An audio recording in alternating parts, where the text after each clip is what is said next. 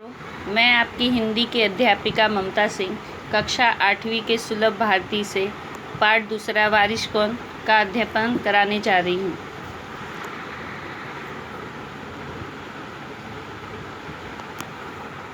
पाठ दूसरा वारिस कौन, इसकी लेखिका हैं श्री विभा रानी जी। विभा रानी जी का जन्म मधुबनी बिहार में हुआ था। ये बहुआयामी प्रतिभा की धनी हैं। विभा रानी हिंदी व मैथिली की राष्ट्रीय स्तर की लेखिका हैं। इनकी कहानी, गीत, अनुवाद, लोक साहित्य एवं नाट्य लेखन में प्रखरता से अपनी कलम चलाई है। आप समकालीन फिल्म, महिला व बाल विषयों पर लोकगीत और लोक साहित्य के क्षेत्र में भी निरंतर काम कर रही हैं। इनकी प्रमुख कृतियाँ हैं चल खुसरो घर अपने, मिथिला की लोक कथाएँ, गोनू जाके किस्से कहानी संग्रह, अगले जन्म मोहे बिटिया न कीजो नाटक, समरथ कैद द्विभाषी हिंदी अंग्रेजी का अनुवाद, बिल टेलर की डायरी आदि। गद्य संबंधी प्रस्तुत संवादात्मक कहानी के माध्यम से विभा रानी जी का कहना है कि हमें उत्तम फल प्राप्त करने के लिए समय और साधनों का सदुपयोग करना चाहिए। जो ऐसा करता है वही जीवन में सफल होता है।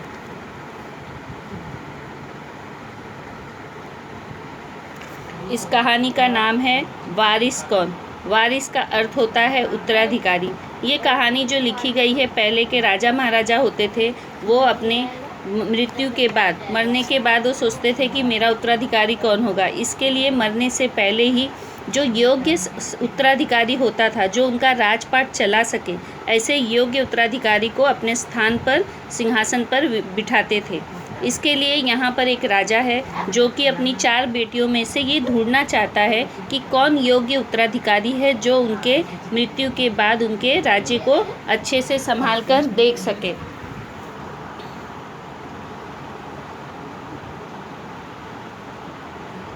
एक राजा था, उसकी 4 बेटियां थीं।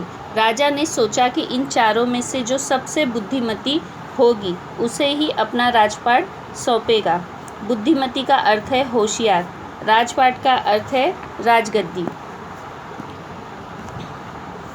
उसका फैसला कैसे हो वह सोचने लगा। अंत में उसे एक उपाय सूझ गया। उसने एक दिन चारों बेटियों को अपने पास बुलाया, सभी को गेहूं के 100-100 दाने दिए और कहा, इसे तुम अपने पास रखो। 5 साल बाद मैं जब इन्हें मांगूंगा तब तुम इसे सब मुझे वापस कर देना। गेहूं के दाने लेकर चारों बहनें अपने अपने कमरे में लौट आईं। बड़ी बहन ने उन दानों को खिड़की के बाहर फेंक दिया। उसने सोचा, आज से 5 साल बाद पिताजी को गेहूं के इन दानों की याद रहेगी क्या? और जो याद भी रहा तो क्या हुआ, भंडार से लेकर दे दूंगी। भंडार मतलब वो स्थान जहाँ पर अधिक अनाज को रखा जाता है, यानी गोदाम।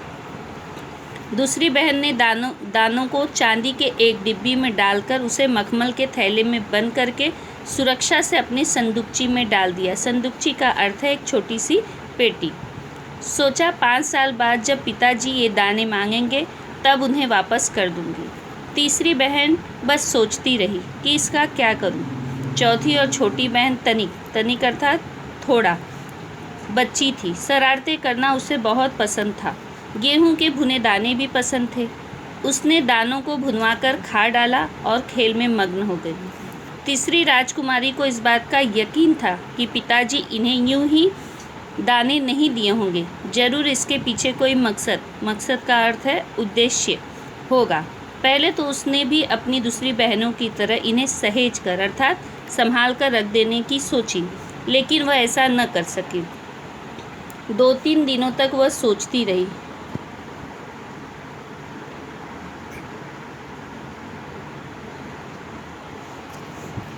फिर उसने अपने कमरे की खिड़की के पीछे वाली जमीन में वे दाने बो दिए। समय पर अंकुर फूटे, पौधे तैयार हुए, दाने निकले।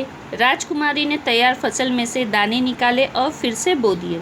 इस तरह 5 वर्षों में उसके पास ढेर सारा गेहूं तैयार हो गया। अब यहाँ पे देखो, राजा जो है उन्हें चिंता है कि उनका योग्य उत्तराधिकारी कौन होगा चारों बेटियों में से। इसी बात के लिए वो क्या करते हैं, चारों बेटियों की परीक्षा लेते हैं।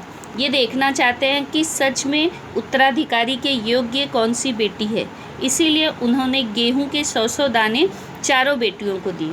पहली बेटी ने क्या किया, सोचा कि वही दाने 5 वर्ष बाद पिताजी को याद थोड़ी रहेंगे। उसने फेंक दिया और सोचा जब मांगेंगे तो भंडार घर से दूसरा लाकर दे देगी। दूसरी बेटी थी, उसने क्या किया, उसे चांदी के डिब्बे में मखमल के कपड़े में बांधकर संदूकची में रख दिया। तीसरी थी, वो थोड़ी समझदार थी, उसे ये तीसरी जो बहन थी वो सोचती रही कि इसका क्या करूं। उसने अच्छे से याद था कि पिताजी को 5 वर्षों बाद भी इस दाने की याद रहेगी, वो इसे अवश्य मांगेंगे। वो उसने सोचकर उन दानों को एक ज़मीन में बो दिया और उससे ढेर सारे गेहूं के दाने हुए। चौथी जो थी वो थोड़ी बच्ची थी, यानी शरारती थी, उसने उन दानों को भुनवा कर खा लिए। अब 5 वर्ष बाद राजा ने फिर चारों बहनों को बुलाया और कहा, आज से 5 साल पहले मैंने तुम चारों को गेहूं के 100-100 दाने दिए थे और कहा था कि 5 साल बाद मुझे वापस करना। कहाँ हैं वे दाने? बड़ी राजकुमारी भंडार घर जाकर गेहूं के दाने ले आई और राजा को दे दिए। राजा ने पूछा, क्या ये वही दाने हैं जो मैंने तुम्हें दिए थे? पहले तो उसने सोचा था कि उनको झूठ बोल देगी, लेकिन राजा को ये समझ में आ गया, क्योंकि 5 वर्ष पहले जो गेहूं के दाने जैसे थे, अगर आप उसे वैसा रखोगे तो वैसे तो रहेंगे नहीं, वो ख़राब ही हो जाएंगे।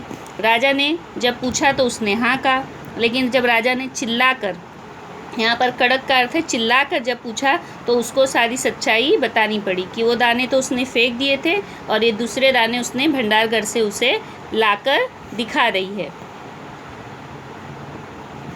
राजा ने दूसरी राजकुमारी से पूछा, तुम्हारे दाने कहाँ हैं?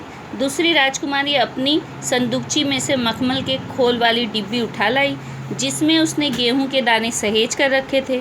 राजा ने उसे खोलकर देखा, दाने सड़ गए थे। तीसरी राजकुमारी से पूछा, तुमने क्या किया उन दानों का? तीसरी ने कहा, मैं इसका उत्तर आपको अभी नहीं दूंगी, क्योंकि जवाब पाने के लिए आपको यहाँ से दूर जाना पड़ेगा और मैं वहाँ आपको कल ले चलूँगी। राजा ने अब चौथी और सबसे छोटी राजकुमारी से पूछा। उसने उसे बेपरवाही से जवाब दिया, उन दानों की कोई कीमत है पिताजी? वैसे तो ढेरों दाने भंडार में पड़े हैं। आप तो जानते हैं ना, मुझे गेहूं के भुने दाने बहुत अच्छे लगते हैं, सो मैं उन्हें भुनवा कर खा गई। आप भी पिताजी किन किन चक्करों में पड़ जाते हैं? सभी के उत्तर से राजा को बड़ी निराशा हुई। चारों में से अब उसे केवल तीसरी बेटी से ही थोड़ी उम्मीद थी। अब यहाँ पर जो भी अभी आपको पहले प्रश्न पूछे जाते थे और उत्तर लिखना होता था, लेकिन अब आपको क्या होता है, आपको कृति पूरी करनी होती है और चौखट में उत्तर लिखना होता है। तो आपको ये ध्यान से, जो भी ये पाठ मैं आपको पढ़ा रही हूँ, आप लोगों को भी एक बार अच्छे से पढ़ना है और जो प्रश्न मैं आपको दे रही हूँ तो उसके उत्तर ताकि आप लोग लिख सको। सभी के उत्तर से राजा को बड़ी निराशा हुई। चारों में से अब उसे केवल तीसरी बेटी से ही थोड़ी उम्मीद थी। दूसरे दिन तीसरी राजकुमारी राजा के पास आई। उसने कहा, चलिए पिताजी,